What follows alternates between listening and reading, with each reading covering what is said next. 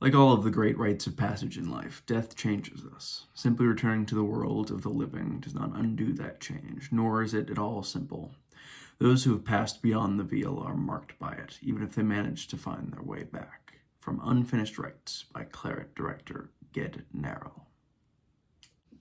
Hey everybody, welcome back. My name is Quinn the GM. It's good to be here, and today we're going to be talking about something that I have quite a bit of experience with, the Critical Role Resurrection rules. I've been using these rules in my games for years at this point, and it's great that they've now finally been codified in the new Tal'Dorei Reborn campaign guide.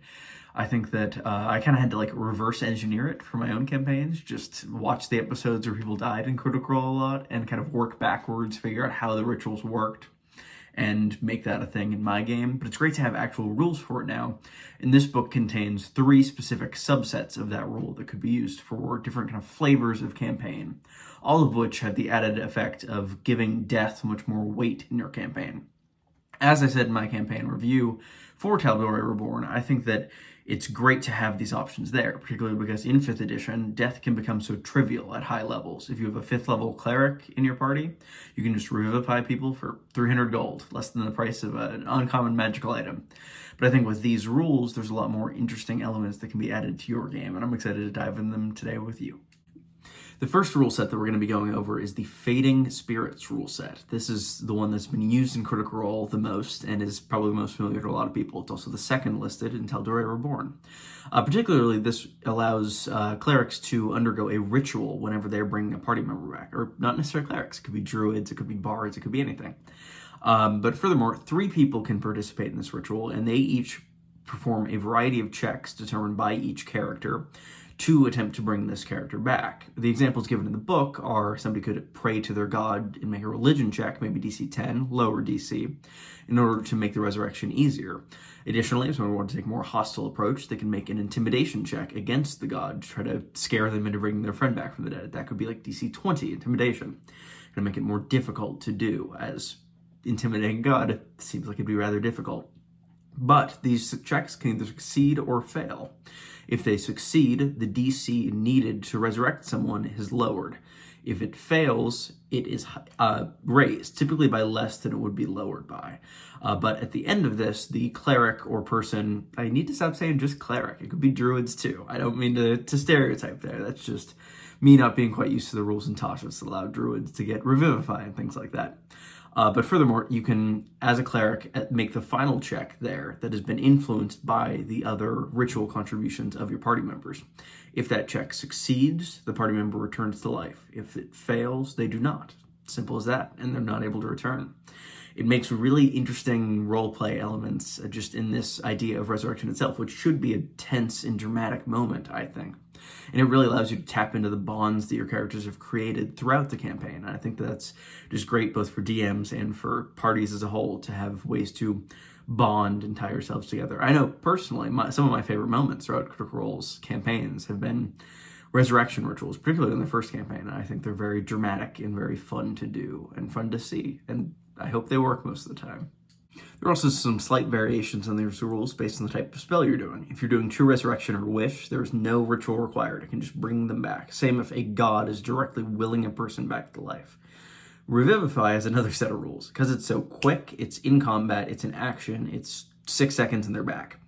It is just a straight D20 plus spellcasting ability modifier in order to bring somebody back. The DC of which equals 10 plus 1 for each attempt at bringing them back.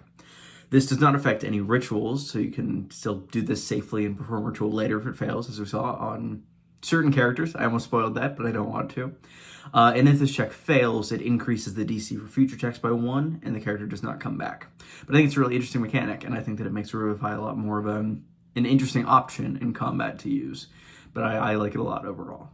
The next and most complex set of rules for Resurrection is known as the Harrowing Return. These ones are specified for being beneficial to groups that are running horror or just generally darker campaigns, and they see anybody who is coming back from the dead having to make a wisdom saving throw, the DC of which equals 22 minus the level of the spell that was used to bring you back, which is quite a high DC.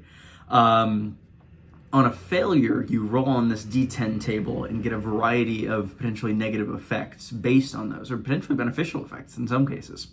These have a wide variety of different results. And furthermore, they can be permanent if the DM determines it, or they could be temporary for 1d10 times 10 days, or until they're removed cursed at a certain level. There's a wide variety of different results on this table, and I'll get into a few of my favorites here right now. So one of these options, the first one, Call to the Grave, is one of my favorites. And whenever you roll initiative, you make a death saving throw. And if you fail that saving throw, a random undead creature that is roughly equal to your power level appears in your vicinity when initiative starts and has to fight alongside or fight against you in order to try to pull you back to death, which I think is super cool and super flavorful. And if you're trying to make it like a darker campaign, maybe something in Ravenloft or something, I think that's incredibly interesting. The one that I'd mentioned not particularly liking in my review is the fifth option, Secret Face, which sees a character, when they die, replaced with a doppelganger of some sort that bears their visage and all their outward personas but might be working towards some evil god's ends or something. That is, I think, quite interesting, but I think that you definitely want to run this option by the player first and make sure it's something that they're okay with doing, and if it really matches the tone of the game. But furthermore, there could be beneficial options. For example, the 10th option, Never Again, which causes you to kind of have the, I think it's the Zealot Barbarian ability to just stay conscious when you're unconscious and continue making death saves and whatnot while moving around the battlefield and still attacking things, while actually getting benefits here. Attacks against you have disadvantage, you have advantage on attacks, and all of your attacks do an extra d10 damage, which I think is really cool. Honestly, this is a really interesting wide variety that I could really make a lot of darker themed games much more interesting, especially if you want the persistent threat of death to be an ever-present aspect of your game. The last rule here is also the simplest. This is only one simple rule. It's called Taxing Returns, and it means that anytime somebody returns to life, their Constitution score decreases by 1 permanently, unless a wish spell restores it. This is essentially a long-form version of the Fading Spirits that would take a lot longer to actually have any negative effect other than just causing you to die more frequently. But when your Constitution decreases to 0 in this way, you can no longer be returned to life. But that would also take a very long time. I'd say on average over my time DMing, characters generally have an average Constitution modifier of around 13 or 14, with some exceptions, either higher or lower. As everybody knows, that Constitution's an important stat and everybody wants hit points because hit points are good. It's great to not die. But dying 14 times before dying doesn't really necessarily increase the risk all that much, at least in my experience. In my campaigns, the record for a number of times characters have died have been 4, and that has been a series of flukes in a couple of those cases. But overall, I think these have very limited ability to actually prevent someone from coming back from the dead. If anything, it's just going to make somebody's play experience a little more difficult and overall have more of a consequence to death other than not being able to return your character ever. Which I think could be useful in some campaigns, having a consequence, but not the idea of always having a character permanently gone from the campaign.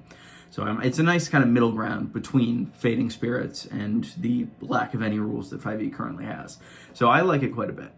So what's your experience with the Critical Role Resurrection rules? Do you like how they've been implemented in their game? Have you ever used them in your game? If so, what are some of your favorite stories about it? I'd love to hear any thoughts, opinions, game tales in the comments below. If you like this video, and be sure to subscribe. I'm gonna have more stuff coming out soon here. I'm probably gonna get back more into more DM advice type style videos, but this Tal'Dorei book really gave me a lot of inspiration for just ideas for videos, and I've been really enjoying doing it. If you want to see more of similar things to that, please let me know. But yeah, you can find me on Twitter at the same name I am on YouTube, so you can talk to me there or in the comments. And thank you all for watching. I hope you all have a good day.